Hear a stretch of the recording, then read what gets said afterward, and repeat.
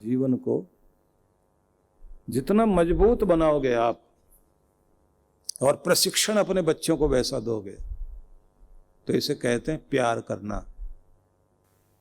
और जहां आप बच्चे के पांव जमीन पर नहीं पड़ने दे रहे, धूप में जाने नहीं दे रहे, कठिनाइयों का सामना नहीं होने दे रहे, पिता अगर समझाए आकर माँ एकदम सामने आके खड़ी हो जाती, मेरे बच्चे को कुछ मत कह देना, तो इसे क्या कहते हैं? प्यार नहीं, ये है मोह। क्योंकि आज आप बचाने के लिए आ जाओगे, कल कौन आएगा? जिंदगी का सामना करना है, अपने बच्चे के अंदर नेतृत्व शक्ति भरनी होगी। और जब बच्चों को कुछ देना हो तो सब कुछ बांटते समय उतना ही देना। आदि शंकराचार्य ने लिखा है कि जैसे औषध का प्रयोग नाप तोल कर होता है, एक खास मात्रा में, न ज्यादा न कम। अगर ज्यादा मात्रा में दवाई ली हानि करेगी, कम मात्रा में दवाई ली तो लाभ ही नहीं देगी।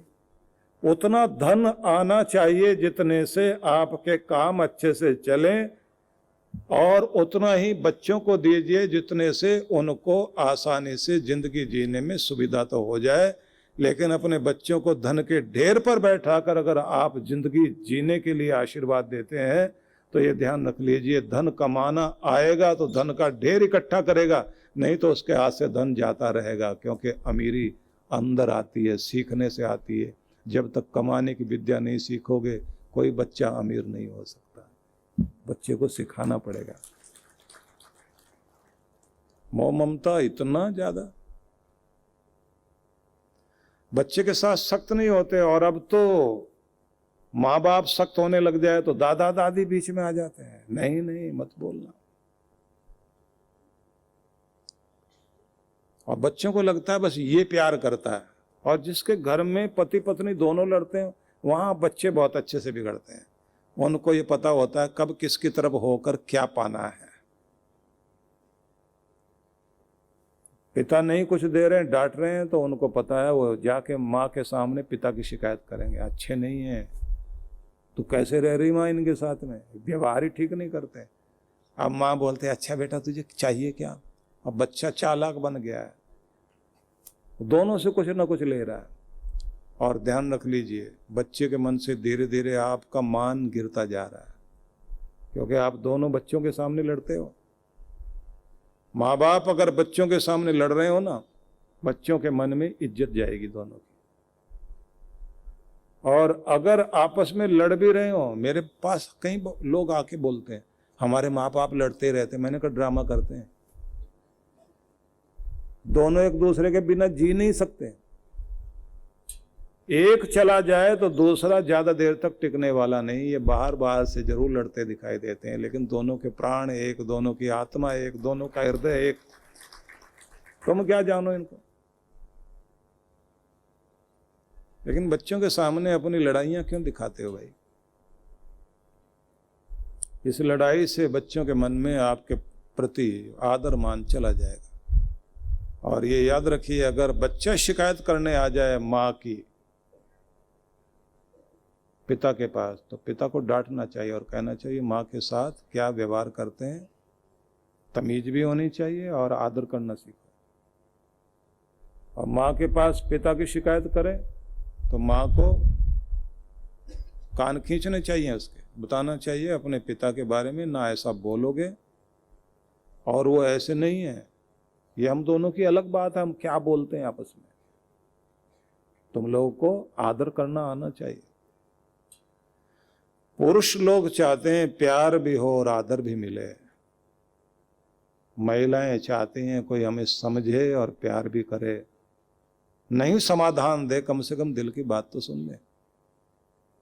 ये मेल अगर बना रहे तो घर बड़ा खुशहाल होता है। तो आपस में लड़ना नहीं, अपने बच्चों को सही बनाना ना, तभी ये घर ठीक चलेगा। तो निवेदन करना चाहता हूं कि जब आप अपने घर में मोह को छोड़कर सच्चा प्रेम अपनाते हैं, घर खुशहाल होता है। और एक समय ऐसा आता है जब आपको दिखाई देता है कि अब दुनियादारी से ऊपर उठकर समाज सेवा, तपस्या, आत्मिक शक्ति को बढ़ाने का समय है। तब आप जो है तपस्या में और भक्ति में, साधना में, सेवा में मन को ज़्यादा लगाते हैं। और बच्चों को पनपने का, ऊपर उठने का, उन्हें कमाने का और जो वो उन्नति करना चाहते हैं उसका जो अवसर उनको मिल रहा होता है, उसमें आप दखलंदाजी नहीं करते। हाँ, जब वो राय मांगे राय दो, जब उलझ जाए सुलझाओ, जब वो कमजोर पड़े उनकी ताकत बनो, लेकिन हर पल नहीं। तब आपका प्यार प्यार है। तो इसलिए मैंने कल आपको जब ये कहा था कि जीवन में मार्गदर्शक की आवश्यकता है, क्योंकि हमें हम ही से मिलाए तो सत्संग ही मिलाता है। सत्संग मतलब सत्य का संग, सदगुरु का संग। गुरु हमें हमारा परिचय कराता है। और पूर्ववर्ती जितने गुरुजन हुए हैं उनके अनुभव, उनकी विधियां, उनकी ट्रिक, उनकी युक्तियां, उनके प्रमाण, उनके उदाहरण देकर आपकी जिंदगी को आसान बनाने के लिए गुरु सत्संग के द्वारा आपको निर्देशन देकर आपको कीमती बनाते हैं। और ध्यान रख लीजिए कि इस मार्गदर्शक का मतलब होता है कि इस दुनिया से ऊपर उठकर ऐसे जीना जैसे कमल तालाब में खिलकर उसकी शोभा बन जाता है। क्योंकि जिंदगी की राह टेढ़ी मेढ़ी, कदम कदम पर चालाकी, लोभ लालच, तकरार, धोखेबाजी, टकराव, तनाव और विश्वासघात, अपना बनकर ठगने की आदत, चोट पहुंचाने की आदत, उन्हीं के द्वारा दुख मिलता है। जिनको बहुत आपने प्यार दिया, सुख दिया, उन्हीं के द्वारा जहां दुख मिलता है। जिनको आपने बहुत मान दिया वही अपमान करते हैं, जिन्हें प्यार दिया वो कड़वाहट देते हैं, जिनके लिए मीठे वचन बोले वही आपको कड़वे कड़वे वचन, गालियां तक, और बुजुर्गों के साथ जो व्यवहार होता है रो भी नहीं सकते, बता भी नहीं सकते। इसलिए गांव के लोग बड़ा अजीब ढंग से देखते हैं शहर वालों को और मजाक भी करते हैं। पूछा गांव में और शहर में अंतर क्या है? बोले साहब गांव में जाएं तो गांव में तो आपको कुत्ते आवारा घूमते मिलेंगे और गांव में ठीक बंदी मिलेगी, और शहर में चले जाइए आप, कुत्तों को लेके मालिक लोग जो है वो आराम से लेके चल रहे होते हैं, खिलाएंगे पिलाएंगे। आवारा तो गांव में घूमती है। और शहर तो साहब ऐसा है कि गांव में तो लोग अपने बुजुर्ग को भले ही भूखे रह लें, गरीब हों, इज्जत से अपने घर में रखेंगे, और शहर वाले तो अपने बुजुर्ग को उठा करके वृद्धाश्रम में, अनाथ आश्रम की तरह से छोड़ के आते हैं। इसलिए हमको तो समझ में नहीं आता कि शहर क्या है और गांव क्या है। हम जहाँ रहते हैं वही ठीक है, अपना छोटे में गुजारा कर लें। हम क्या बड़े हुए हैं भाई, किस तरह का संसार बसा लिया हम लोगों ने। मोह ममता प्यार, मोह अलग तरह का है लेकिन प्यार नहीं है। तो इसलिए उस सारे रास्तों से अलग हटा करके जो निर्मल करे, शुद्ध करे, और विषयों में कहते हैं इतनी प्रवृत्ति प्रबल होती है विषयों की कि पल पल में अपनी तरफ खींचने का काम करती हैं ये विषयों की प्रवृत्तियां। और जब आपको सत्संग का जल मिलने लग जाता है तो वो गंगा आपको धोती है, जिससे आप अपने आप को संभालते हैं। सत्संग के महाविचार जो शक्ति आपको देते हैं उससे आपको अपनी कमजोरियों पर विजय प्राप्त करने का मौका मिलता है। आप वो योद्धा बन जाते हैं कि बाहर की दुनिया नहीं जीतते, आप अपने अंदर की कमजोरियां जीत करके आप महावीर बनते हैं। इसलिए भगवान महावीर स्वामी जो हैं वो महावीर इस रूप में हैं जिन्होंने दुनिया को सिखाया कि अपने अंदर की कमजोरियों को जीत करके कैसे वीर बना जा सकता है। इसलिए उस वीरता को प्राप्त करने का संदेश जहाँ से मिलता है वो गुरुजनों के सत्संग से मिलता है, और ये भाग्यशाली लोगों को मिलता है।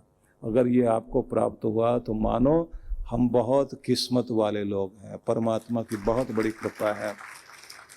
क्योंकि उचित अनुचित का भेद पता लगता है, मानवीयता क्या है, अमानवीयता क्या है, इसका पता मिलता है। और बुद्धि प्रभु के प्रति जुड़ सके, सद्बुद्धि हो सके, और हमारा हृदय परमात्मा के पवित्र प्रेम से भरपूर हो सके, और हम लोग इस दुनिया में जीव मात्र के कल्याण से लेकर आत्म कल्याण तक का मार्ग अपना सकें। जीवन को संवारना सुधारना, ये सारा मार्ग जो है गुरु के द्वारा ही प्राप्त होता है।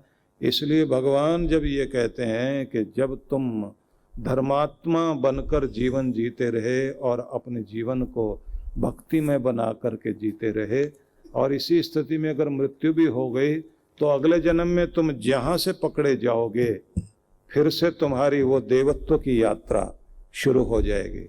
क्योंकि हमारी यात्रा पशु लोक से शुरू हुई है ना, पशुओं के लोक से यात्रा शुरू हुई और मनुष्य लोक में, मनुष्य लोक से फिर हम लोग पितृलोक नहीं, हमारी कोशिश होनी चाहिए हम देवलोक में जाएं, देवयान में जाएं।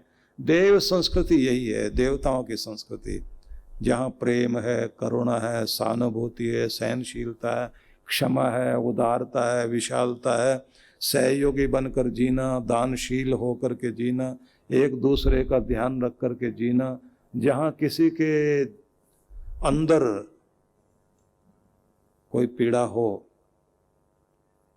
तो वो पीड़ा अपनी लगे, कि दर्द तेरा हो या मेरा हो, दर्द की परिभाषा एक ही है। दर्द तेरा हो या दर्द मेरा हो, दर्द की परिभाषा एक है। आंसू तेरे हो या मेरे हो, आंसुओं की भाषा एक ही है। ये समझ में आती है बात तब जब आदमी अंदर से संवेदनशील हो जाता है। और इसीलिए आज जो हम लोग गुरुजनों के इन पवित्र विचारों से दूर हो रहे हैं, तो इसलिए लोग कहते हैं ना कि क्या हो गया दुनिया को, कि सदियों की तहजीब को भुला डाला है, सदियों की तहजीब को भुला डाला है, पड़ोसी ने ही पड़ोसी के घर को जला डाला है। ये क्या हो गई दुनिया, हम किस तरह के लोग हो गए, एक दूसरे को मिटाने में, बर्बाद करने में लगे हुए हैं। कमी क्या है, हमारे अंदर जो चीज़ें आनी चाहिए थी उसकी कमी हो गई। तो इसलिए कहते हैं कि गुरु के सानिध्य में बैठकर अपने जीवन को ऊंचा उठाने का प्रयास करना चाहिए। तो जब तब साधना करने का मौका मिले ना, तो वो है एक प्रयोग, जब आपकी वर्कशॉप लगती है, जब आप प्रशिक्षण लेते हैं। और मैंने कल आपको ये भी बताया था ना कि परीक्षण करने के लिए और प्रशिक्षण लेने के लिए जन्म मिला। तो परीक्षा होती है कि आप क्या हैं, प्रशिक्षण मिलता है कि आप क्या हो जाएं, क्या बन जाएं। इसलिए जो भक्त बोलता है ना, ये मेरी अर्जी है, मैं वो हो जाऊं जो तेरी मर्जी है, गुरु के सामने यही तो कहता है कि मेरी प्रार्थना तो बस ये है कि मैं वो हो जाऊं, मेरे सदगुरु जो तू चाहता है, तेरी जो मर्जी है वो मुझे बना डाल। लेकिन तब होता है ये जब कुम्हार की मिट्टी की तरह शिष्य हो जाए। गुरु कुम्हार, शिष्य कुंभ है, गढ़ घड़ काढ़े खोट, अंतर हाथ सहार दे और बाहर बाहे चोट। तो शिष्य कुंभ मतलब घड़ा, और घड़ा बनने से पहले उसे वो कुम्हार की मिट्टी बनना पड़ता है। बड़ा चुन के कुम्हार मिट्टी ढूंढ के लाता, बड़ी चिकनी और प्यारी मिट्टी, और उसके अंदर के कंकर पत्थर निकाल कर छान के साफ करके फिर उसमें पानी डालकर इतना उसे मथता है, रौंदना होता है। तो ऐसा उसे मथना होता है, मिट्टी को रौंदना, बार बार, इतना उसके अंदर कहीं कठोरता न रह जाए। उसके बाद इस स्थिति में ले आता है कि मिट्टी को आकार दिया जा सकता है या नहीं। जब देखता है कि इससे कुछ बनाया जा सकता है, लचीली हो गई मिट्टी, मुड़ सकती है। जब सूखी होती है ना, वो मुड़ती नहीं, टूटती है। तो शिष्य को ऐसा होना पड़ता है कि जिधर मोड़े गुरु उधर वो मुड़ जाए, जिधर चलाए उधर चल पड़े, जिधर झुकाए उधर झुक जाए। उसके बाद भी कमाल करके रखता है। कुम्हार चाक पर मिट्टी रखता है, बचपन में हमने देखा। हम जब वो बर्तन बनाते थे, दिवाली के टाइम में हम कुम्हार के पास जाया करते थे, बहुत सारे दिए बनते थे ना, अब ये कुल्हड़ में जो दूध पीते हैं ना, पुराने टाइम में लोग दूध को कढ़ाई में उबाल के मलाई उसमें जमा होती थी, और उसको के बाद वो जो तपा के मिट्टी का वो कुल्हड़ जिसको पानी में भिगो के रखा हुआ था, उसकी मिट्टी भी साफ हो गई। अब उसमें दूध डाला मलाई वाला, और ऊपर से एक पेड़ा भी डाल दिया, पेड़ा दे दिया ऊपर, मलाई के ऊपर रख दिया। अब उस समय एक्सरसाइज करके दौड़ भाग करके जो आए और उसके बाद वो पिए, तो इससे बढ़िया कौन सा टॉनिक होगा। तो कुम्हार को देखा कि वो जिस तरह से बर्तन को बनाने के लिए मिट्टी तैयार करके उसको आकार गोल गोल करके उस चाक पे रखता था, उसके बाद कुछ और लेने जाता था, तब तक क्या करता था, एक गीला कपड़ा लेकर उसको चारों तरफ से लपेटता था। हम लोग पूछते थे कि ये गीला कपड़ा क्यों? बोले जमाने की हवा लगेगी ना, ये सख्त हो जाएगा, फिर इससे जो हम बनाना चाहते हैं वो बनेगा ही नहीं। तो जमाने की हवा तो पल पल लगती है, इसलिए गुरु के कवच में लपेट के रखना पड़ता है अपने आप को। और फिर वो आता है, आके वो कपड़ा हटाता है और गीला हाथ लेके उसको चारों तरफ से लगाता है और फिर चाक को घुमाता है। बड़ा ध्यान रखना पड़ता है, क्योंकि मुड़ना आकार देने के लिए अपने आप को अपने गुरु के सामने शिष्य को ये शिष्यत्व लेना आसान बात नहीं है। ले भी लिया तो अपने आप को इतना गीला रखो कि गुरु जिधर मोड़ना चाहे मोड़ सके, और फिर बात कमाल की होगी। कहते हैं कि पारस तो अगर सोने बनाने की विधि पूरा करता है, पत्थर, पारस पत्थर, तो लोहे को सोना तो बनाएगा, लेकिन पारस पारस को जन्म नहीं दे सकता। ये गुरु में ही एक कमाल है, अपने शिष्य को पारस बना देता, खुद भी पारस है और अपने शिष्य को भी पारस बना देता। परम पूज्य सद्गुरुदेव श्री सुधांशु जी महाराज एवं डॉक्टर अर्चिका दीदी जी के पावन सानिध्य में शिव मंगल महोत्सव 8 से 10 मार्च 2024 दिल्ली स्थित आनंद धाम आश्रम में होने जा रहा है। महाशिवरात्रि पर भव्य एवं विशाल कार्यक्रम। इस बार 8 मार्च को शिवरात्रि का अवसर है, और यह अवसर हम सब के लिए बहुत ही हर्ष और आनंद देने वाला है। इस अवसर पर आनंद धाम आश्रम नई दिल्ली में अद्भुत कार्यक्रम रखा गया है, जिसको हम शिव मंगल महोत्सव के रूप में मनाएंगे।